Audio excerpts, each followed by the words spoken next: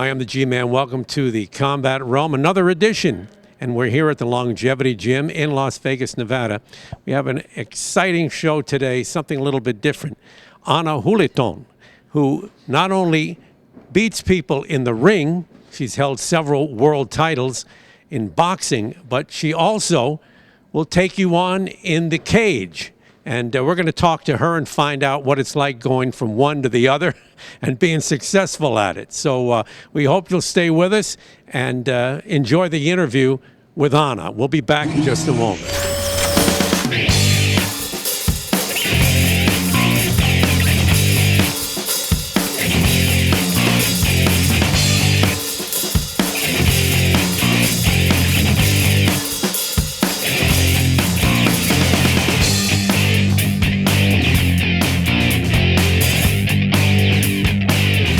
Okay, now we have Ana Julaton, who I promised you earlier we were going to speak with, the double threat. She's not only good in the ring, but also she's pretty good inside the cage, although I'm not going to fight you in the cage here. But welcome to the Combat Realm, and we appreciate you being with us. Oh, thanks for having me here. All right, now the first thing, let's get it out of the way here. There's not many people that you know, do the boxing and the mixed martial arts, and your background is in boxing, though. I actually started in martial arts first, and then I got into boxing. So, you know, for me, being able to do both sports, go ahead. Oh, I just want to say, don't ever make me look bad on the show. You have to agree with whatever I say. No, I'm just kidding you. No, so you started in martial arts first, and then you went on to the boxing because you were so successful in the ring.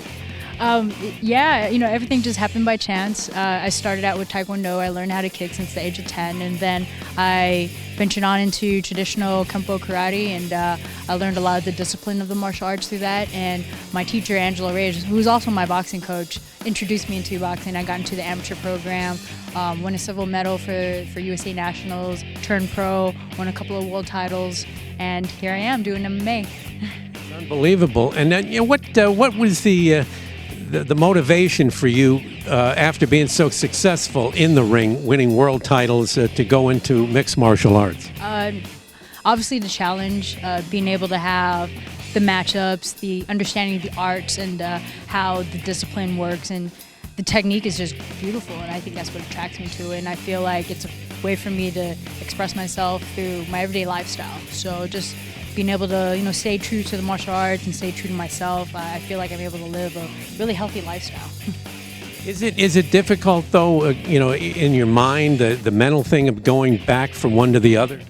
I think that's part of the fun and the challenge. I feel like in life you never know what's going to be thrown at you, and despite being in your comfort zone or being out of your comfort zone, you got to know how to deal with it. And I feel like just being able to step into the ring or the cage, it's a good exercise for life experiences and stuff like that. So for me, I just love it, just being able to feel the butterflies in my stomach. I still feel it to this day. I mean, I've been competing since I was a little kid, and just being able to be in that element and just being able to just know how to control it, understanding how my heart rate works, knowing how to breathe, and knowing how my frame of mind is, and also being able to control and just be surrounding myself with the proper people to help me be at my best. So, you know, I think this is the best way to live. I mean, this is what I enjoy. Well, you have a passion for it. You have to go with it. I understand that. Now, you're from San Francisco, but your family comes from the Philippines, and I know through what I've heard and read, you are huge in the Philippines. I mean, you're like one of the national heroes there. Yeah, after I won the WBO world title, I got to meet the president of the Philippines, and that was a once-in-a-lifetime experience, obviously. And I'm really lucky. I'm happy that the Filipino community all over the world just supports what I do, and every time I travel out, go to these different countries, whether it's in the cage or in the ring, they're there for me 100%. And of course, when you talk about the Philippines, the first name that comes to their mind is Manny Pacquiao, and he gave you an opportunity on one of the cards, right, that he was fighting on? Oh yeah, it was for the Pacquiao Barrero 2. I was supposed to start out with my pro debut, and it all just happened by chance, and it was pretty neat. My team was trying to work my way, and they getting to the card, and it was a little bit difficult. And then when the fights fell off, and me knowing that I wouldn't be able to go on the card, Manny saw me just training, and I was being consistent. I'm like, whether I have a fight or not, this is the date I plan on being prepared for. So he made a call and said, hey, put the girl on, and I got to go on the scale and everything. It was pretty cool. Did he ever give you any, I know he's given you inspiration through his performances, but did he give you any words of wisdom, talk to you at times? I think he was just a walking example of how to be a successful athlete, a really good person. So it was nice to be able to watch him during camps, being able to see him outside the gym. Usually after the workouts, we'll go over to a restaurant, we'll all eat, and then we'll all go to his house. And then I kind of get to see how the flow of a whole entire camp would function. And one of the neatest things that I would see him do is that he, from the beginning, and I'm talking about 6 in the morning, doing his runs, all the way to the end of the night where he's saying hello to all the fans and signing autographs and everything like that, dealing with a lot of people. He's just a really humble guy. And so at the end of the day, even though it's a combat sport, you want to treat it as a sport. Even though you have that life and death feeling, at the end of the day, you just gotta be comfortable with who you are. You train yourself to the hardest, to the fullest, and just take it one day at a time. Women fighters, especially in mixed martial arts, there's one name that everybody knows outside of yours. There's another one, I should say, and that's Ronda Rousey. What do you think of her and what she's accomplished?